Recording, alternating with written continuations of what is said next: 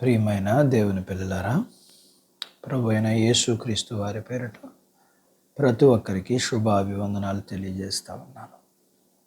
ఈ ఉదయకాలం దేవుని వాక్యాన్ని చదువుకుందాం. యెషయా గ్రంథము 56వ అధ్యాయము 11వ వచనం నేను చదువుతున్నాను. వారందరూ తమకిష్టమైన మార్గమున పోవుదురు. దేవుడు తన మాటలు మన కొరకు దీవించునుగాక. ఆమేన్. ఈ లోకంలో ప్రతివారు తమకిష్టమైన మార్గములో నడిచి సంతోషిస్తారు. భర్త తనకిష్టమైన మార్గములో, భార్య తనకిష్టమైన మార్గములో నడుచుకుంటూ వాళ్ళు సంతోషిస్తారు. బిడ్డలు కూడా తమకిష్టమైన మార్గములో నడుచుకోవడానికి ఇష్టపడతారు. ఇంకా రాజులు, అధికారులు, సామంతులు, గొప్పవారు, పేదవారు, ఎవరైనా మనుషులు తమకిష్టమైన మార్గంలో నడవటానికి ఇష్టపడతారు. వాక్యం ఇలా సెలవిస్తుంది: ప్రతి వానికి తన ఎదుట ఉన్న మార్గం మంచిగా కనపడుతుంది, కానీ చివరికి అది మరణానికి నడిపిస్తుంది. మీకు ఒక సంఘటన చెప్తాను.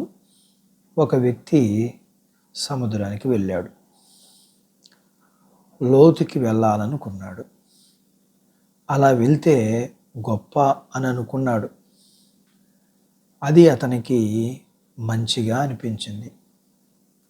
అతడు లోతుకి వెళ్ళాడు. వెళ్ళేసరికి ఆ లోతును వెళ్ళేసరికి ఆ వ్యక్తి సముద్రపు యొక్క అడుగు భాగమున ఆ ఉరవడి లోపలికి లాగటం వల్ల అతడు చనిపోవలసిన పరిస్థితి వచ్చింది. కానీ దేవుడు ఆ వ్యక్తిని మరొక వ్యక్తి ద్వారా బ్రతికించాడు. లేకపోతే అతను చనిపోయేవాడు. అతని ఎదుట అతడు ఎంచుకున్న ఆ మార్గం మంచిగా అనిపించింది, కానీ చివరికి అది అతనికి మరణాన్ని ఇచ్చేది. దేవుడు అతన్ని రక్షించాడు. అందును బట్టి మనం దేవుణ్ణి స్తుతించవలసిన వారమై ఉన్నాం. మరొక మాటను జ్ఞాపకం చేసుకుందాం. ఒక తండ్రికి 2 కుమారులు ఉన్నారు. వారి యొక్క చిన్న కుమారుడు తనకిష్టమైన మార్గాన్ని, జీవితాన్ని ఎన్నుకున్నాడు. అది చాలా మంచిగా అనిపించింది.